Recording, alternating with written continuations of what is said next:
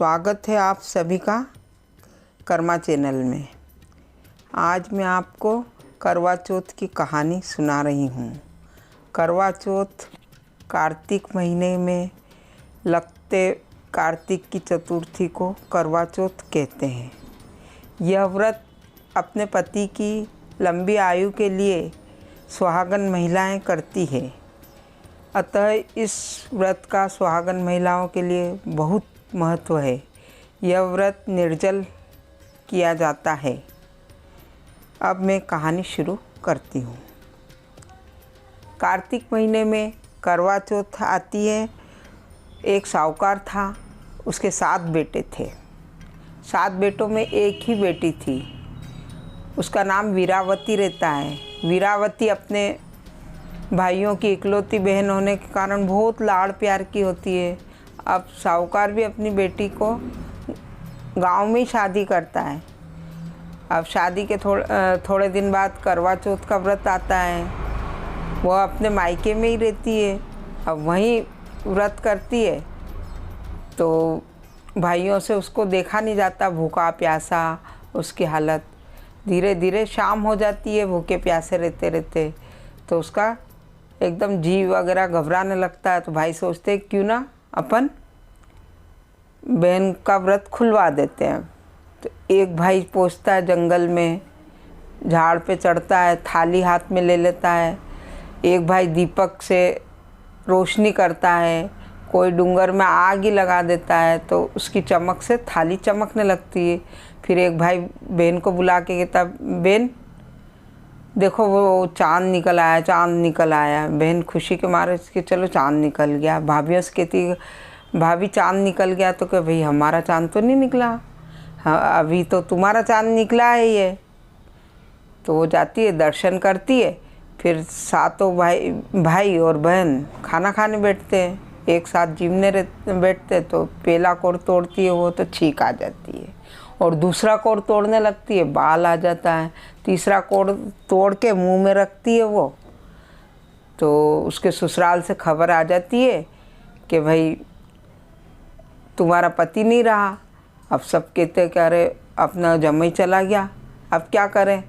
अब बेटी को विदा करने के लिए बड़ी वाली भाभी सीख देने के लिए सारा सामान खोलती है अपनी संदूक, और जो वेश निकाले, कोई काला निकले कोई सफ़ेद निकले, तब वो फिर अपनी ननद से कहती है कि भाई आप जो जो रास्ते में मिलता जाए उन सब के पैर पड़ते जाना और आशीर्वाद लेते जाना। अब जो एक औरत मिलती है उसके पैर पड़ती है कि मेरे को आशीर्वाद दो, तो हो क्या आशीर्वाद दूँ, इसका पति तो मर गया। फिर और कोई मिलता है तो उसके पैर पड़ती है, तो आशीर्वाद, तो हो क्या आशीर्वाद दे। आखिर में घर के बाहर एक जेठू थी, अपने जेठ जी की लड़की, छोटी रहती है वो 5-1 साल की, तो उसके पैर पड़ती है। अब वो उसके मुंह से निकलता अखंड सौभाग्यवती हो, तो वो बड़ी वो हो जाती खुश। और फिर देखती है तो घर में तो रोने पीटने मचे रहते हैं। अंदर जाती है, अब सब उसके ले जाते रहते हैं, तो वो तो नहीं मानती है, उस पति को ले जाने नहीं देती कि कुछ भी हो मैं अपने पति को तो नहीं ले जाने दूंगी। फिर लोग मानते हैं कि चलो भाई इसको कहीं जंगल में एक झोपड़ी बनवा देते हैं, वहीं दोनों को छोड़ देते हैं।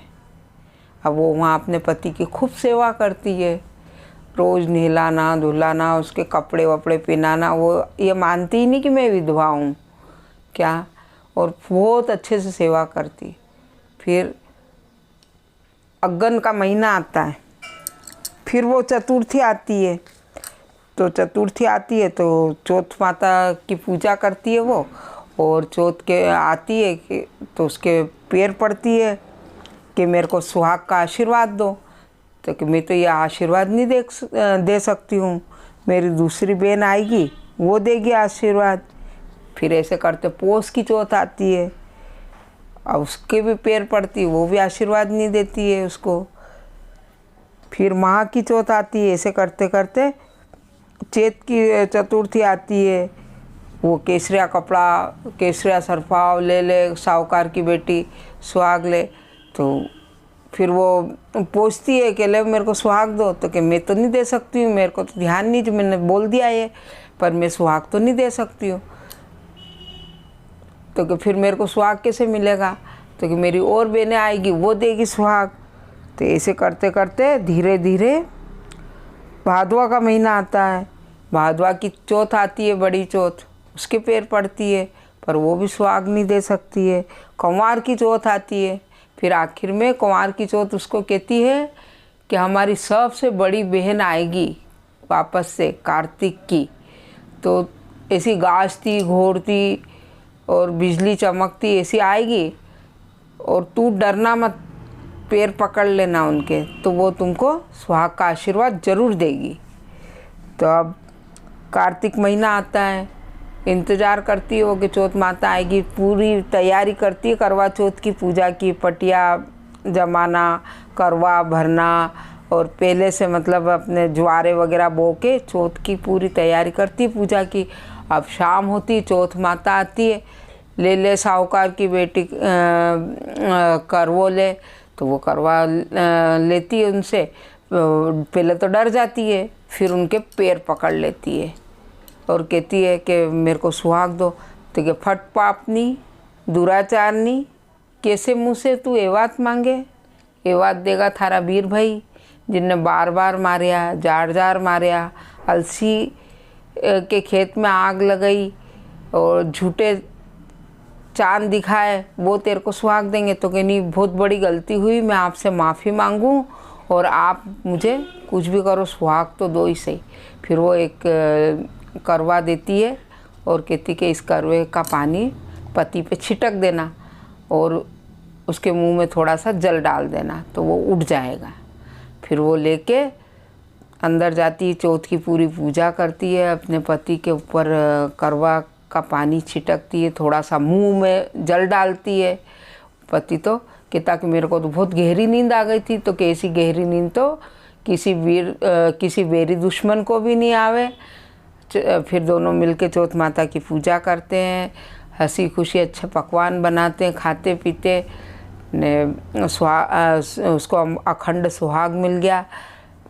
दूसरे दिन देखते लोग कि अरे जंगल में तो कोई आदमी की आवाज़ आ रही है इनकी झोपड़ी के बाहर। झाँक के देखते तो कि उसका पति रहता।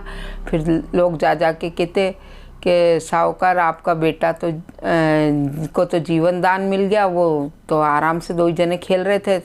ऐसा हो ही नहीं सके, साल भर हो गया, इतने दिन से हम जा रहे हैं, कभी देखा ही नहीं। तो कि नहीं, वो तो जीवित है। फिर दूसरे लोग भी जाते घर के देखते तो अरे वाह। फिर गाजे बाजे से दो ही जनों को बताते हैं और घर में लाते हैं, हे चौथ माता उसके ऊपर संकट पड़ा, ऐसा किसी को भी संकट मत देना, और उसके सुहाग की जो रक्षा करी, ऐसे सबके सुहाग की रक्षा करना। आप सब अखंड सौभाग्यवती भव। जय चौथ माता। और हमारे चैनल को लाइक एवं सब्सक्राइब ज़रूर करें, यह काम फ्री में है और इससे हमारा हौसला भी बना रहेगा। धन्यवाद।